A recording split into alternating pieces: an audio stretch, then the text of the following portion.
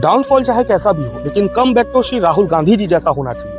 20 सालों तक जिस व्यक्ति का इतना उपहास बनाया गया, इतना तिरस्कार किया गया, उनकी इमेज को खराब करने के लिए ना जाने अरबों खरबों रुपए लगाए गए, लेकिन उनकी सत्यता, उनके विचार, उनकी दूरदृष्टि ने इस बात को साबित कर दिया कि राहुल गांधी जी जैसा नेता होना आज के दौर में बहुत मुश्किल है। सफेद टी शर्ट पहने उनके विचार और उनकी सादगी मानो ऐसा लगता है कि महात्मा गांधी जी स्वयं लौट आए हों। जिस तरीके से समय समय पर राहुल गांधी जी ने विषय उठाया, चाहे वो नोटबंदी का हो, चाहे वो जीएसटी का हो, चाहे वो कोरोना से आगाह सरकार को उन्होंने बहुत पहले कर लिया था कि ऐसी स्थिति होने वाली है, हर विषय पे जो जो राहुल जी ने कहा वो सत्य साबित हुआ है। और आज जो मुद्दा उन्होंने उठाया है वोट चोरी का, निश्चित रूप से ये मुद्दा बहुत ज्यादा गंभीर है, क्योंकि हमें खुद को लगता था कि इस कॉन्स्टिट्यूएंसी में बीजेपी का हारना निश्चित रूप से 101% श्योर है। वहां बीजेपी लार्ज मैंडेट के साथ जीत कर आती थी। ऐसा कैसे होता था? लोगों के अंदर संशय था और लगातार ईवीएम में गड़बड़ी हो या फिर वोटर लिस्ट में गड़बड़ी हो, ये छोटी छोटी चीजें इस देश में चली रही थी, जिसको राहुल जी ने एक्सपोज किया,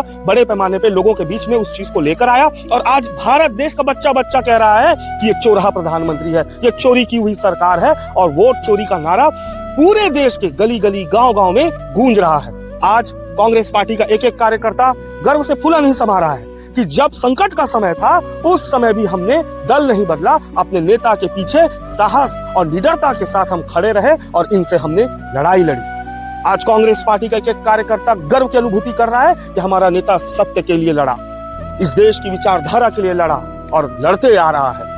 आने वाले समय में कांग्रेस पार्टी का एक एक कार्यकर्ता राहुल जी के साथ इसी मजबूती के साथ खड़ा रहेगा और हम निश्चित रूप से ये चोरी की हुई सरकार का पर्दाफाश करेंगे और आने वाले समय में जननायक श्री राहुल गांधी जी को इस देश का प्रधानमंत्री बनाएंगे। तभी इस देश विकास के रास्ते, ये देश तरक्की के रास्ते, ये देश समावेशी विचारधारा के अनुरूप आगे बढ़ेगा। जय हिंद, जय भारत।